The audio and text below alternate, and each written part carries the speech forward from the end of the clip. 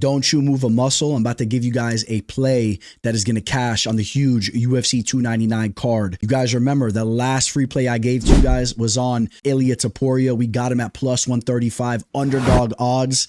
Well, guess what? I got some more underdog odds coming your guys' way. Maybe you guys got to start calling me Dog the Bounty Hunter out here. So my arch nemesis, Kevin Holland, thought he was going to come down to my Sunshine State, down to the 305 and get a W. It's not going down like that. He takes on Michael Venom Page. MVP will be making his UFC debut, and I think you guys are sleeping on MVP here.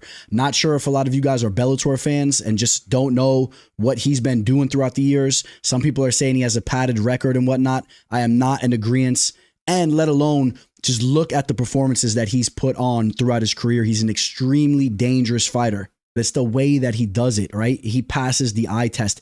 You see him go out there and style on these fighters. They literally give up on themselves. Do you remember what he did to Derek Anderson when he broke his nose? The dude just wanted to walk outside the cage. He wanted nothing to do with that fight. If you remember what he did to Dave Rickles literally threw the towel in himself in that fight. Has his opposition scratching their heads when they're in the cage with him. They're wondering what the hell is going on in there.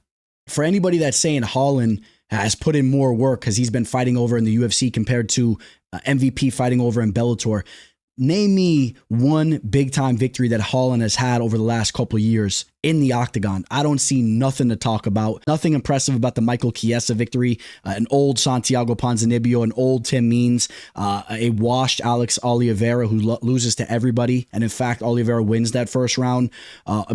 You got to go all the way back to Jacare Souza, who was 41 years old at the time of that beautiful knockout there, but still a 41-year-old Jacare.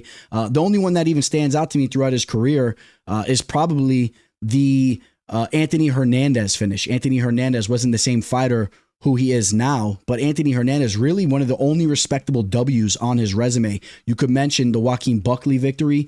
Buckley took that fight on days short notice, and Buckley was not the same fighter that he is now or to what he was then. He was very green making his UFC debut.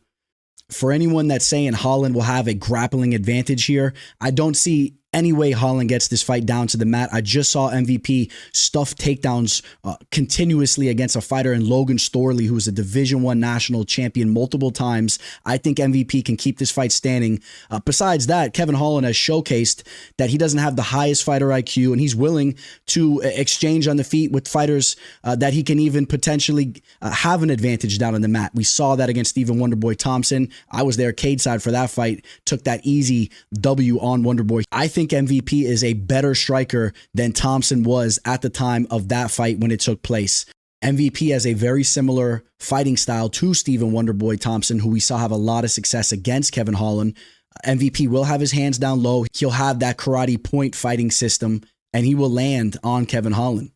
This fight will take place on the feet, and not only will MVP get the better of the striking exchanges, but MVP will be live to get a knockout in this fight as they trade. MVP is a fighter that has finished 12 of his 21 victories in the sport of MMA. He's a dangerous striker, and Kevin Holland, although he's dangerous offensively, he does tend to eat shots at times, and I don't know if he could take the onslaught of MVP.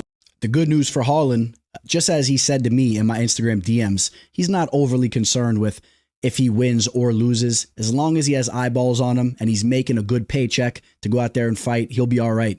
So when he takes this L, he won't be too disappointed. He could slide his way over to South Beach, have a little margarita on the beach, and put some ice packs on his bruises. MVP opened up as a plus 125 underdog on my bookie. He's now currently a plus 110 underdog, so we've had some slight movement come his way. I think there's still plenty of value there, as I have MVP capped right around a minus 135, 140 favorite in this matchup. Comment below, let me know, are you guys tailing me or are you guys fading me? I know I always get mixed treatment whenever I got my little Holland beef going on. I know you guys are some Holland fans out there. I know I also get my support. I feel like I'm Snoop Dogg out here. You boys don't got love for the teller? You don't got love for the teller over here? Let me know. Comment below. Are you guys riding with me or are you guys fading the teller? I want to know. The teller.